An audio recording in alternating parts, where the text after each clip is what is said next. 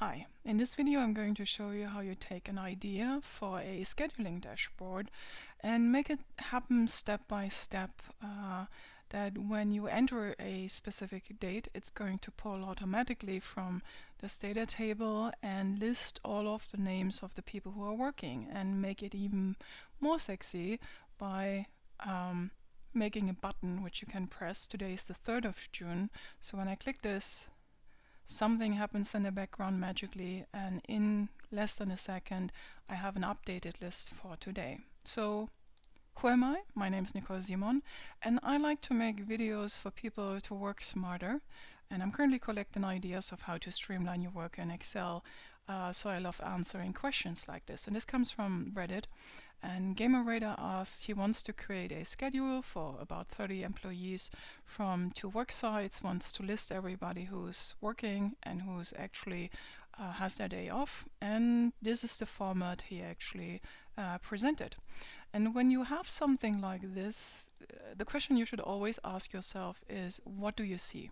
What do you see when you look at it? And the more you work in Excel, you will notice that you do the same things over and over again, that you repeat the same building blocks. So any time you solve a problem like this, you're going to be learning for the next time you do something.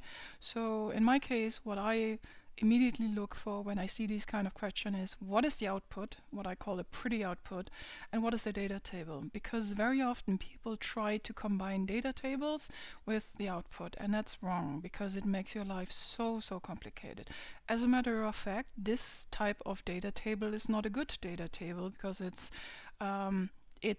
having multiple informations, which makes it hard to use formulas. But I asked, and GamerRadar said that this table is only updated about once a year, so this is okay because you don't need to update it quite often.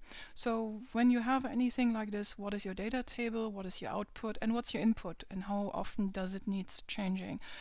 And in most of these cases, at some point you're going to be using macros. And don't be afraid, you're not going to write macros, you're going to record macros.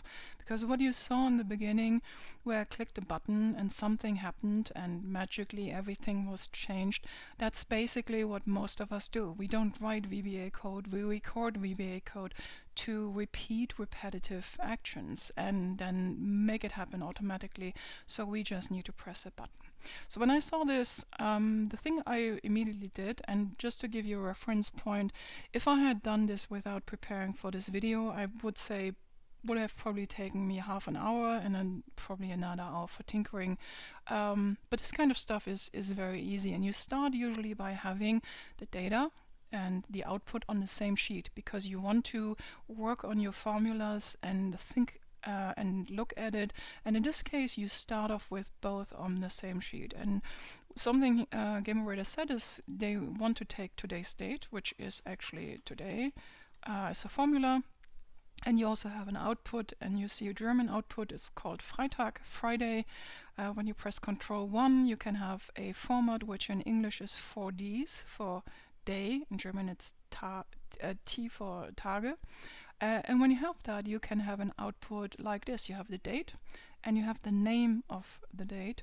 And I knew that when I have my listing over here, what was missing was actually one additional column, one column which tells me for today if somebody's working, that's an X, or if somebody's not working, that's a 0. And what you immediately do when you have such a formula is you test for the cases. And because today is Friday, I quickly came to the point where I said, okay, this is Friday, this is Saturday, what about Sunday? Because Sunday, and Sunday is the 5th, so I'm just going to override it. And as you can see, the result is not what I was looking for. And also on the other days, it was a little bit complicated to figure out if this was actually correct. So what you do in this case is you remove all data entries you don't need. You only keep typical 2 or 3 data entries to work with them.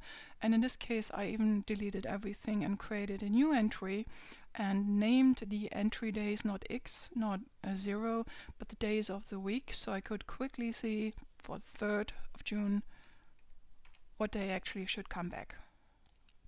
And this is the first time where you actually look into and say, okay, if this is the 5th and if this is a Sunday, what do I need to do? And one of the biggest lessons you can learn for Excel, besides go Google it, is simple and stupid is fine. There will always be elegant solutions. There will always be 15 different ways to do something. Stupid and the things you can do are fine. And if they're really, really clumsy, it doesn't matter.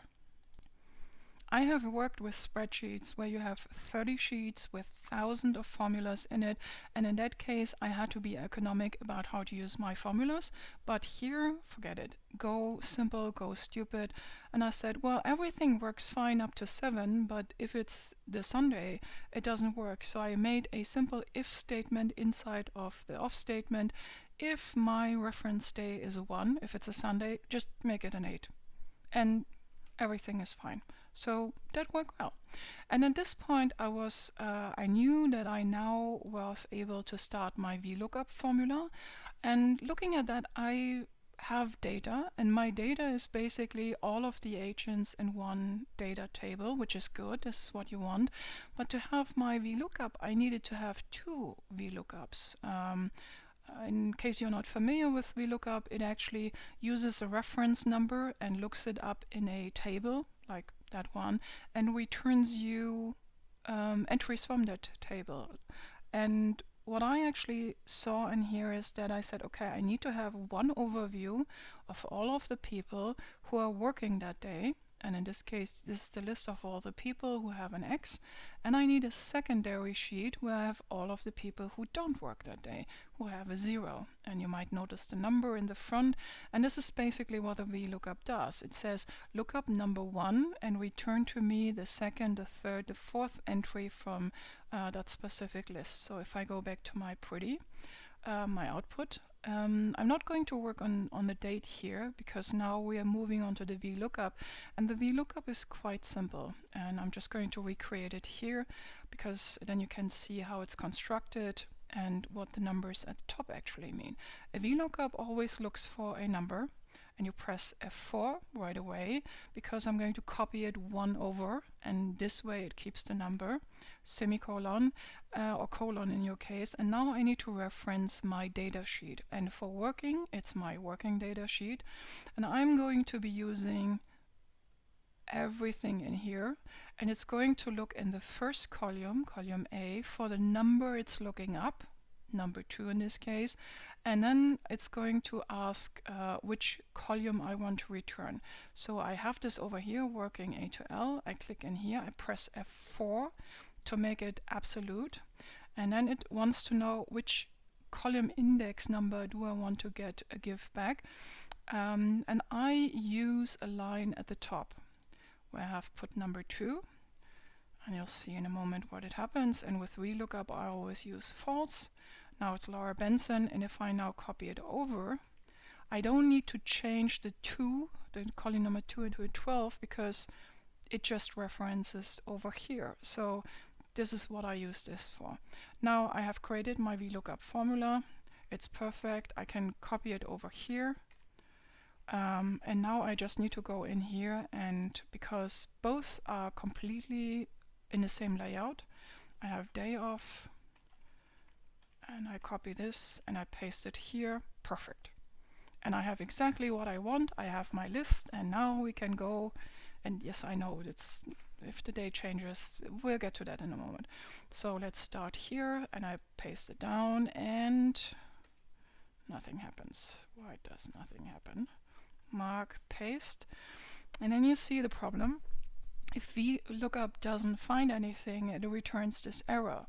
But this is the point where you also pay attention, and something you will quickly come across when you read these kind of postings and forum answers is a function called isError and ifError.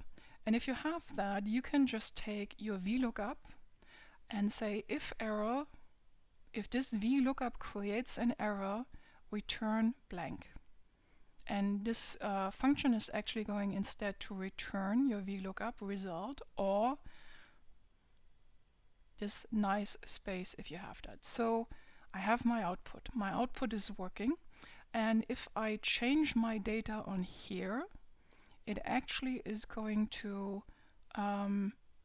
automatically change here because this is all VLOOKUP. Now the thing I need to be doing is from my data, let's say today is the 2nd of June, it's a new day, I need to update this and this.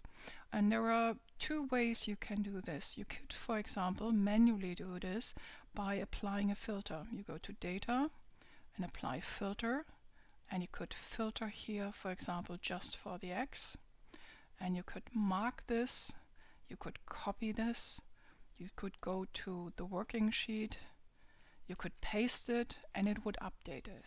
And you could do the same for the day off, and then your result sheet would be updated as well. This is one way you can do it, and you can also record this through the macro, but there is a better way from the perspective of also learning something. And that is something called Data Advanced Filter, which is something very interesting to play around with.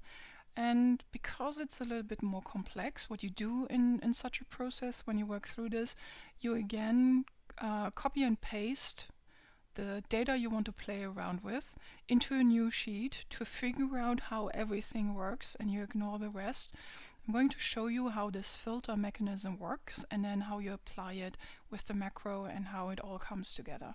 So this is my sheet of all the people, and let's say the data changes to, we're always going back in time, and what the advanced filter does, it takes a list. In this case it's already selected, otherwise you would click here and select it, and it takes a so-called criteria range where you repeat everything as the headers are here, and I said I want to as a result have all the entries which have an X, and my criteria is okay. I click copy to another location, I select copy to here, and if I do this and I press OK, it updates. I can now do the same for this, and it updates. And I can also use that from a different sheet, which is exactly what I've done here. And it looks slightly different, so it still is the same data, advance. It asks me from where are you looking, so I go back in this case to my data sheet. I mark everything in here, and if it looks short it's because I still have my active filter, but for this I'm going to mark everything in column B to L, and I say my criteria range is for day off above here. I've added the information above here to make sure that I can easily create the output, and I can say copy to another location, click here, mark it here, and say OK. And now it has taken from data and pushed it into here. And you could do the same on this one here. But at this point you're probably saying, well, that's great, but that's still a lot of work. Why would I do this? I've shown you this for the simple reason, I'm going to remove the filter here, because now you're going to record a macro. You're going to record a macro which does nothing else as the steps as I just described to you in this moment. The macro is going to take the data from here, it's automatically going to update this one, and that would then mean that our output sheet would be up to date. There is one small problem. If you click the update button, you would not be sure if that was for today or for a different day. So what we are going to do is also including an update for this specific field so that we are absolutely sure that we have the latest data. So how do you record a macro? I have made sure that everything is prepared. It's like a mise en place in a kitchen. My data sheet is fine, I have a working sheet, I have a day off sheet, my output sheet is exactly what I want it to be. Now I could do, and I could do manually all the steps, there is no breaking point in it, and now I can record the macro. If you don't have the developer tab, just right click on the toolbar here, say customize quick access bar, and then you go over here, it's not in the ribbon, that was the wrong one, sorry, customize ribbon, and then you click on developer. And once you have that, you can click here and click Record Macro. But if you're in any other sheet, there is this small button down here which is basically Record Macro. And you record it in this workbook, and we need to be saving this as a workbook file. If you're the only one who's working inside with this macro, you could put it in your personal macro workbook, but we're staying here, doesn't matter what it's called. And now we are recording. There's an indication down here, macro is currently recording, and now we are going step by step through what we want to do. The first thing we want to do in this case is we want to update the working and the day off sheet. So we go to working, we click in here somewhere, we click advanced, and now we just repeat the steps as we have before. We go to the data range, we mark all of the data, we do the criteria, and it's a good habit also, even if it's pre-filled out, just to repeat, and then we click OK. And you can also press Control Home, that will bring you to the top of the list. Now we go to our day off filter, we repeat data advanced, go to data, we mark it. Our range is now different, it's from this sheet. Copy to another location. Okay, perfect. And now the one thing we still need to be doing is we click on the data sheet. We click on this entry because that's today's date. Right click, copy. We go to our output and we select this field, and just to be sure that it's selected, we click somewhere else and we paste as value. And now we could also, for example, include a save file, which is basically save. And this way we now have an updated sheet, the date is updated and it's perfect, and we stop the macro. Now that was okay and that was great. But how do we get the button? The button is quite simple. You choose a picture of what you would like to have. You go to Insert. You could also do just a simple shape. Oops, that was this one. Where you just go do it, or update, and this one you can format in a way and play around with it. We just want to have something.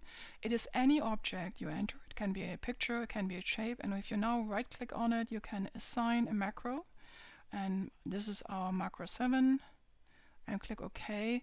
And now if we click it, it would run through, but this is not how you do it. You actually go into Developer and click Visual Basic, or Alt F11 is the preferred option.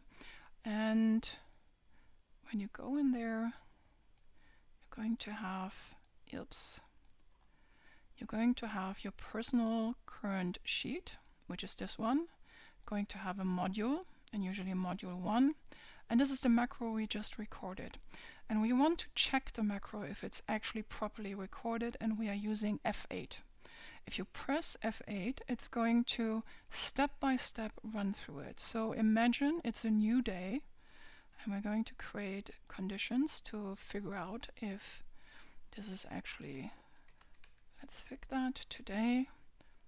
It changed, the data has changed, and while this is running, you can edit in your spreadsheet, but you need to be careful that you don't interrupt the workflow. So I just start fresh. You click on the working sheet, and inside of the working sheet, it's now going to update the data here based on all of the things we selected. And if you click that F8, you're going to see a change. And then we jump to the top, and then we click on day off, and it's going to update. Then we go to our data sheet. We are going to select this specific entry. We're going to copy. We're going to our result output page. we're going to this specific field, we paste the date, and we save the workbook. This is a good macro and it works. And one of the things you should notice is that in this case it says, for example here, select this named sheet. So if I rename this to a different name, the macro wouldn't work. And this is why you finish everything first before you use that. So let's try this macro, and let's say again 35th, and go here and click on do it. And yes, you need to do the last step, or you can just click on the stop button here. Do it. So it updated. And this is exactly what we want to achieve with this.